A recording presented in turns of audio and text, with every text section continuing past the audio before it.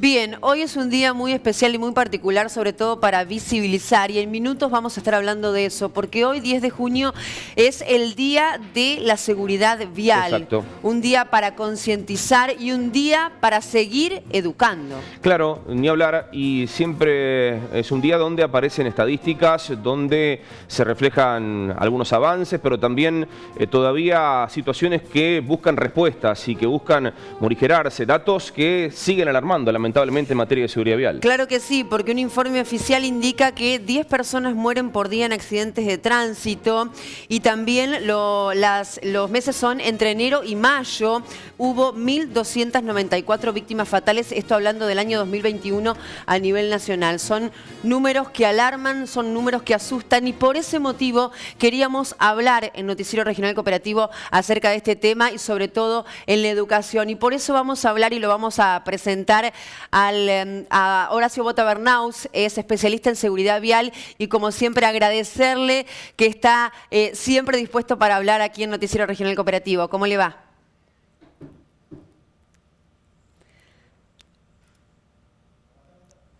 ¿Está Bien, llegando el audio? sí, A no ver. lo estamos escuchando. Ahora Sí parece. Hola, hola. Ahora sí. sí, perfecto. Ahí está, doctor. Bueno, ¿cómo están? Un gusto. Gracias por la convocatoria. Por favor, como siempre para nosotros es un placer poder hablar con usted, siempre tan claro y en esta oportunidad, en este día tan especial, seguir educando, Horacio, ¿es así?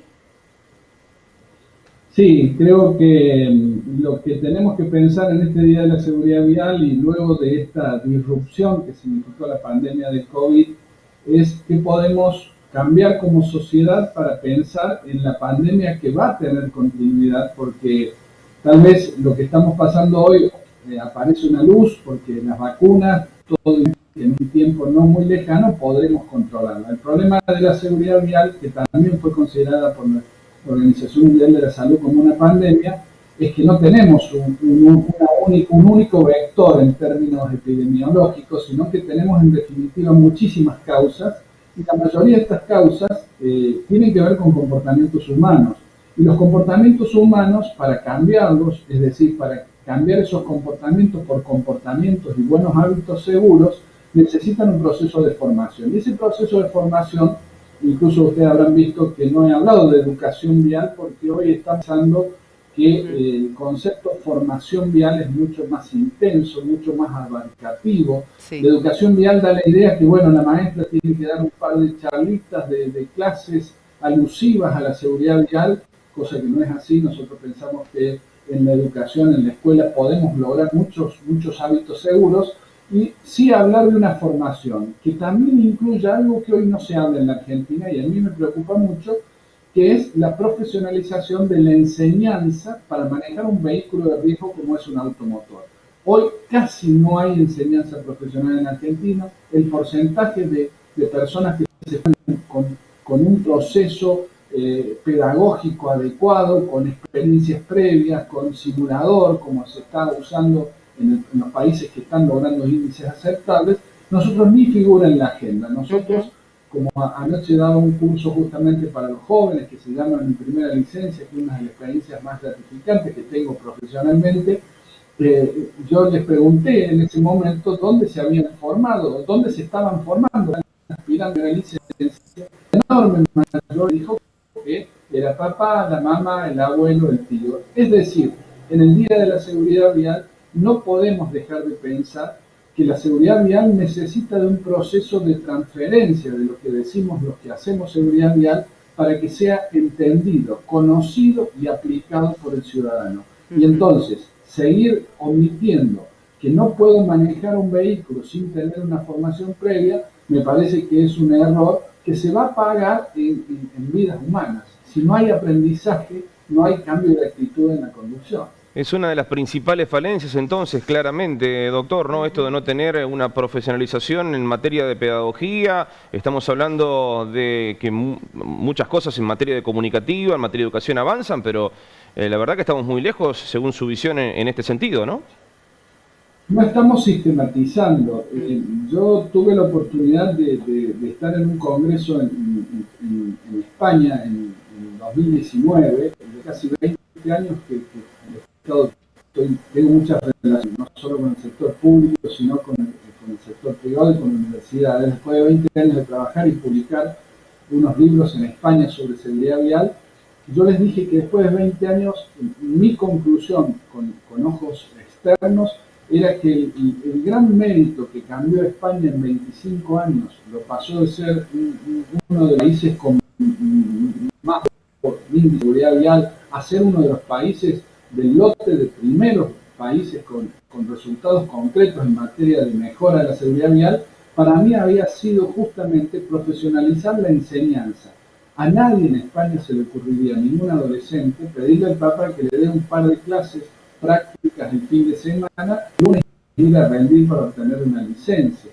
Acá hace falta pensar que manejar una máquina cada vez más compleja, como es el automóvil o la motocicleta, la motocicleta con todas las características especiales que tiene, se puede hacer sin pasar por un proceso que a veces puede durar 2 o 3 meses y a veces más tiempo, con una práctica supervisada, con un aprendizaje de las situaciones de riesgo. Si nosotros, y eso le decía a los españoles, que ellos mismos tampoco lo habían valorado, y hoy tienen más de 6.000 autoescuelas, que es un sector privado, que alguien puede decir, pero estamos favoreciendo, no, estamos favoreciendo la profesionalización, con una estrecha vigilancia del Estado, que le va a determinar no solo, le va a habilitar si tienen las condiciones para ser docente, el espacio, los vehículos, y hoy la exigencia de simuladores, que es una forma que, por ejemplo, la aviación ya incorporó hace muchos años. A nadie se le ocurriría decir vamos a practicar en un vuelo regular de aerolíneas un piloto que está aprendiendo a conducir, ¿no? Por eso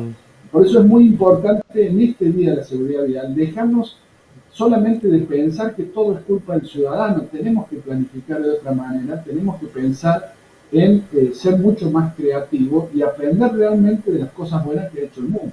Doctor, y el punto de partida es en el primer carnet de conducir, el primer contacto que toma un joven a la hora de subirse a un vehículo, allí comenzar y obviamente profundizarlo en el otorgamiento de licencias. ¿Dónde se puede hacer principal hincapié más allá de todo el recorrido en la escuela primaria, ya con las señales y demás?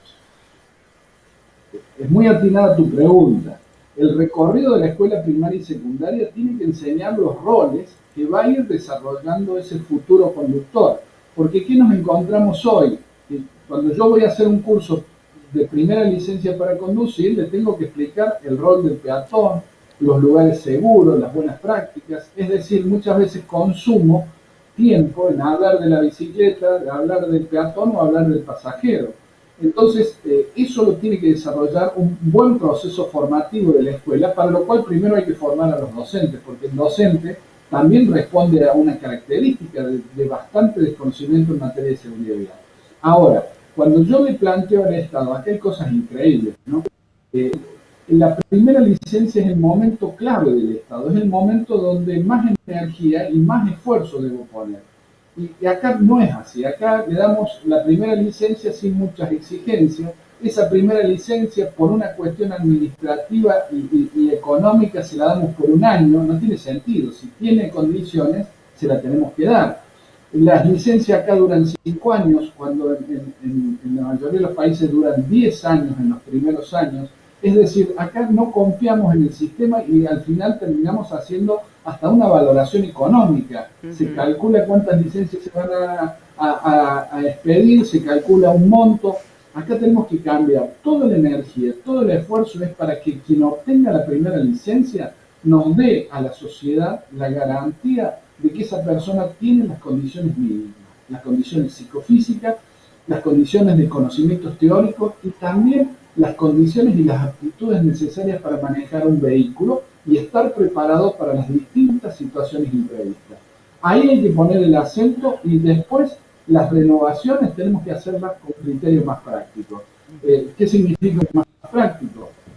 No volverle a tomar un examen si no ha cambiado la legislación. Si lo supo hace 1 año, le volvemos a tomar un examen teórico, no tiene sentido. Lo que sí, cuando pasaron 5 o 10 años, le tomaremos un buen examen psicofísico. Si tiene muchas infracciones, lo volveremos a hacer un curso teórico, pero está claro que tenemos que cambiar, porque lo que hoy hacemos, más que todo para mí, responde a un criterio administrativo, es decir, una autorización administrativa y no una autorización tan trascendental que implica habilitar a un ciudadano para que maneje una cosa riesgosa que mata y mata mucho, ¿no? Seguro. Hoy por la tarde a la hora 18 en estas nuevas plataformas, todo de manera virtual, el doctor va a estar dando una conferencia, va a haber un acto virtual acerca del Día de la Seguridad Vial y el tema, si es así, nuevos desafíos de la seguridad vial, ¿es así el título de este acto virtual que se va a realizar hoy por la tarde? Es así, y incluso voy a plantear un cambio en aquel concepto tradicional que la seguridad vial debe ser una cuestión de Estado. Yo quiero proponer al mundo una forma distinta de lo que hacemos seguridad vial y proponer en definitiva que la seguridad vial para el futuro, además de ser una cuestión de Estado, sea un activo social. Es decir, sea algo, en este momento de las criptomonedas, de los nuevos instrumentos financieros, sea algo como un valor, un bien esencial de la sociedad que tenemos que defender todos y en el cual todos somos accionistas.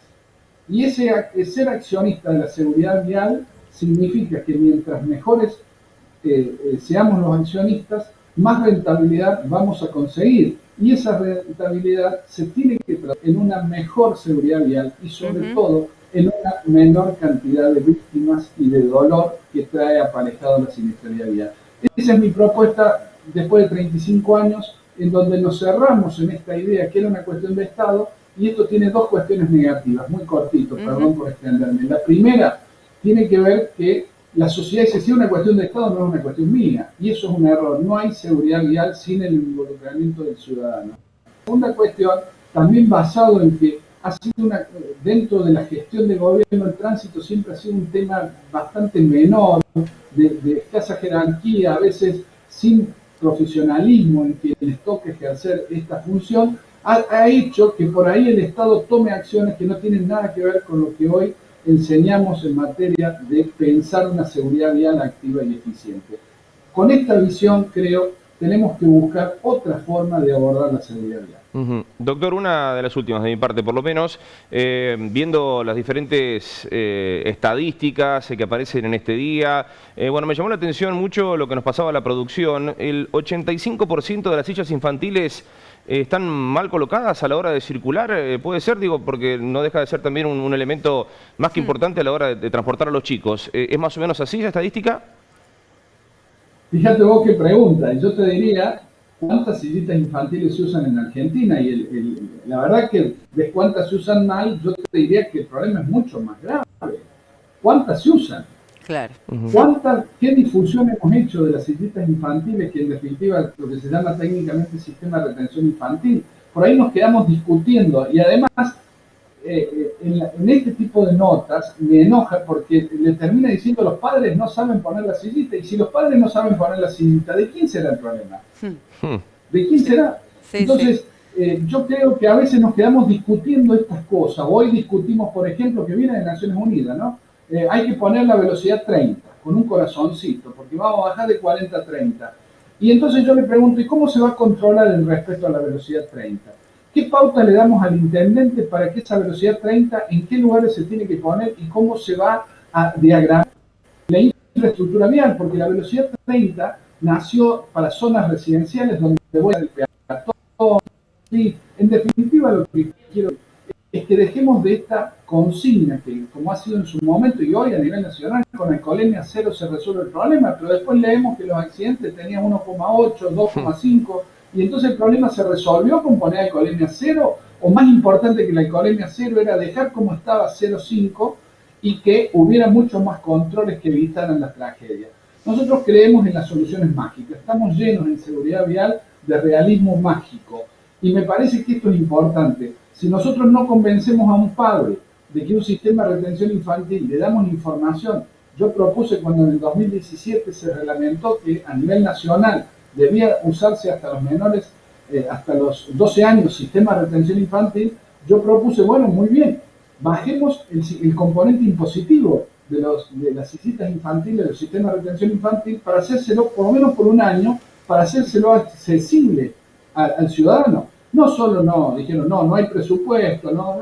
sino que ni siquiera seguimos difundiendo y trabajando en campañas donde hoy podamos, fíjense, estamos trabajando por menos 30, la velocidad, y no estamos trabajando para que un padre que sabe que sus hijos es esencial, ¿cómo es la forma de trasladarlo en un vehículo? Díganme ustedes si conocen alguna publicidad que hoy esté difundiendo esto que es clave. Un niño no puede el cinturón habitual de un vehículo. Ahora, ¿dónde está la publicidad? ¿Dónde le enseñamos a los ciudadanos? Y después salen estas estadísticas que nos dicen, no, el 85% la llevan mal. Y a mí no me sorprende en lo más mínimo que el 85% la llevan. Y la conclusión debería ser qué hay que hacer para que no la sigan, primero para que la lleven y segundo para que la lleven bien. Clarísimo. Sí, la verdad que es excelente. Sí. Me encanta escucharlo. Aparte en estos días aparecen un montón de estadísticas y después capaz nos olvidamos, ¿no?, de las estadísticas y no atacamos el problema de fondo. Por supuesto, que es muy así. claro, como Es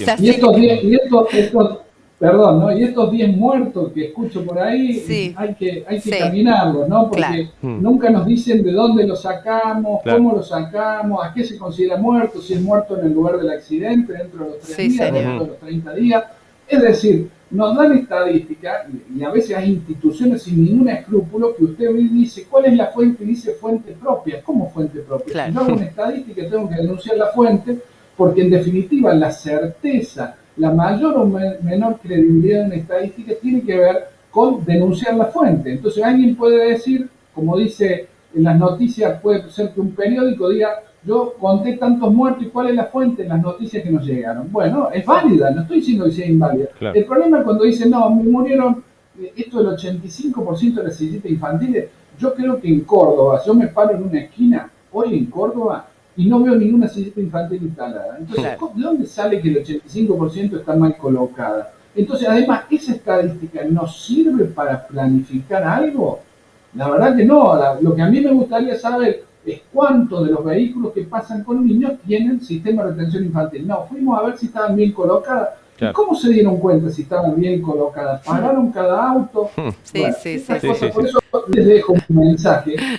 Ustedes cuando vean estas estadísticas, pregúntense un poco, porque si no repetimos lo que quieren que repitamos y no lo más importante. Claro. Eso es importante. Tal cual. También que este atrevimiento de mi parte. Sí, también nuevos desafíos para todos, porque es verdad, aquí está, le tengo el periódico, el recorte, el último informe dice de la Agencia Nacional de Seguridad Vial. Hay un montón de números más, pero bueno, esta es lo que dice el recorte periodístico. Pero sí, es así como usted lo dice, por supuesto. Bueno, para mí un gusto, muchas gracias y ojalá podamos seguir aprovechando lo que ustedes representan para los que hacemos seguridad vial. La seguridad vial, que uno de los errores que hemos tenido es que nos reunimos entre especialistas y decimos, no, la gente es increíble, no es lo que tiene que hacer. Pero la gente necesita no solo que yo le anoticie las buenas prácticas en seguridad vial, necesita que se las explique. Ustedes vieron alguna publicidad de cómo se regula el puesto de conducción anoche en un curso para jóvenes. La atención era increíble porque justamente nadie le explicó cómo se regulan los espejos, el cabezal, el cinturón, nadie le explica. Entonces vamos a esta sillita infantil que está mal colocada y no le enseñamos a subirse, a sentarse al conductor del auto en un lugar que tiene que ser seguro, cómodo y además que en caso de un accidente tenga las mejores condiciones de sobrevivir al accidente, porque regular el puesto de conducción no es estar cómodo frente al volante, sino darle toda la integridad de las medidas de seguridad que viene el auto para aprovecharlo en su máxima extensión. Nosotros, ¿por dónde empezamos? Empezamos comiendo el postre en vez de pedirle. Sí, excelente, como siempre. Muchísimas gracias por esta comunicación. Sería un placer hablar todo el noticiero con ustedes, supuesto. Muy claro, muy preciso y también nos enseña muchísimo. Así que hoy por la tarde, 18 horas, nuevos desafíos de la seguridad vial por plataforma Zoom. Gracias como siempre. Muchas gracias por el contacto. Un placer, gracias a ustedes, muy amables. Bien, allí estábamos tratando este tema. La verdad que el doctor siempre es muy claro, muy preciso y nos enseña también a nosotros. Sí, por sobre todas las cosas, lo que hay detrás de una estadística, ¿no? Más allá del frío número, del porcentaje, está todo lo demás, ¿no? Y cuál es el sustento de esa estadística, ¿no? La verdad que a veces lo vemos y más cuando son este tipo de días, encontramos un montón de números, pero la verdad que está muy buena la explicación y siempre es un placer escucharlo, ¿no? Por supuesto, formación y también el profesionalismo para empezar a cambiar de alguna manera Sí, la seguridad y vial. la presencia del Estado, más Por que importante, supuesto, ¿no? por Por supuesto. sobre todas las cosas, en el inicio de lo que es una persona al frente de un vehículo, ya sea una moto, sea un auto, Sí. sea lo que sea, ¿no? Exacto.